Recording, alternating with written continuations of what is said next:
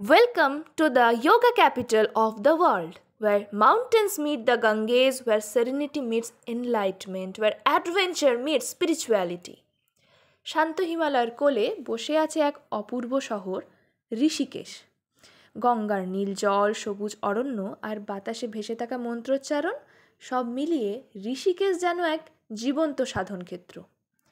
তিনটি প্রধান ঝুলা এই শহরের প্রতীক: রামঝুলা, লক্ষণ ঝুলা এবং জানকী ঝুলা।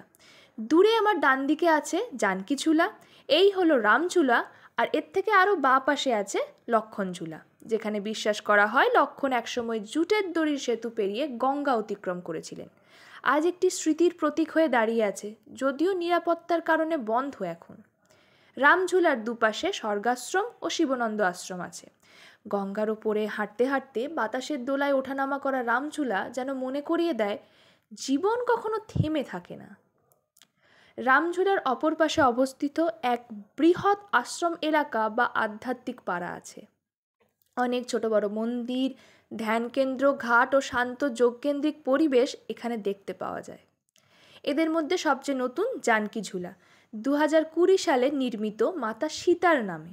এটি একটি 3-লেন ডুয়েল ক্যারেজওয়ে ব্রিজ, প্রশান্ত, আধুনিক আর শান্ত পথ। গঙ্গার দৃশ্য এখানে আলাদা মোহ এনে দেয়। ঋষিকেশ শুধু আধ্যাত্মিকতার শহর নয়, এটি রোমাঞ্চেরও রাজধানী।